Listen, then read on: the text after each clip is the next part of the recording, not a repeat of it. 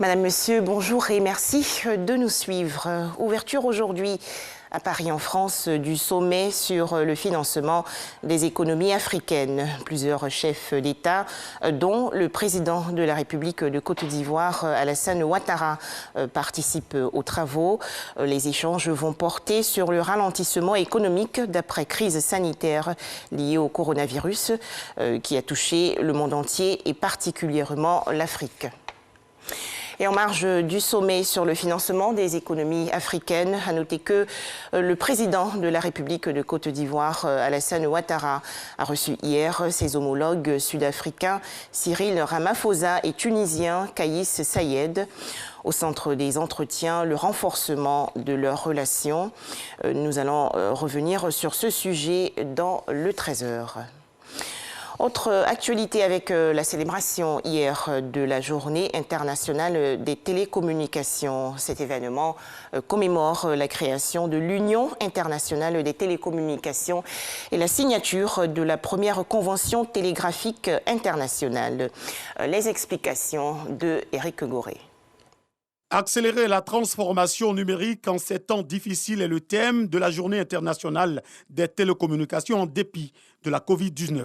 Les grandes puissances mettent au cœur de toute leur stratégie le numérique, afin de relever de grands défis pour aboutir à des résultats satisfaisants. L'utilisation des télécommunications et des technologies de l'information et des communications a permis d'atténuer l'impact négatif de la pandémie sur les économies des pays les plus digitalisés. Avec la mise en place du confinement, des millions de personnes ont été contraintes à travailler à distance. Une vision épousée par la Côte d'Ivoire. Ce pays réaffirme son engagement à faire des technologies de l'information et de la communication un pilier de développement, malgré la menace permanente du coronavirus. Le président de la République, son Excellence, M. Alassane Ouattara, ayant pris la pleine mesure de l'impact du secteur du numérique sur le développement économique et social de notre pays, y a accordé une place de choix dans le plan national de développement 2021-2025.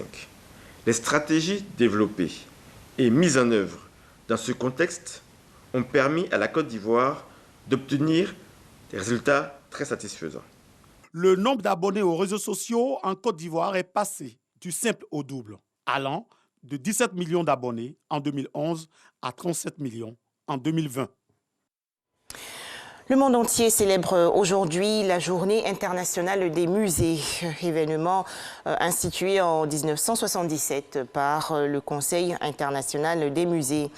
En Côte d'Ivoire, le message du gouvernement est lu par la ministre de la Culture, de l'Industrie des Arts et du Spectacle, Arlette Badou-Nguessan.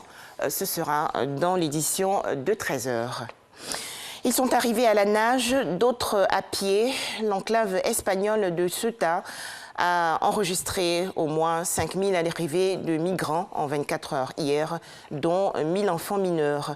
Ces migrants étaient partis quelques heures plus tôt des plages marocaines situées à quelques kilomètres au sud de Ceuta. Enfin, le marathon de New York, annulé en 2020 pour cause de pandémie à coronavirus, aura lieu cette année 2021, précisément le 7 novembre prochain, marquant sa 50e édition. Annonce faite hier par le gouverneur de New York, Andrew Cuomo. Voilà, merci de nous avoir suivis à 13h, l'édition complète.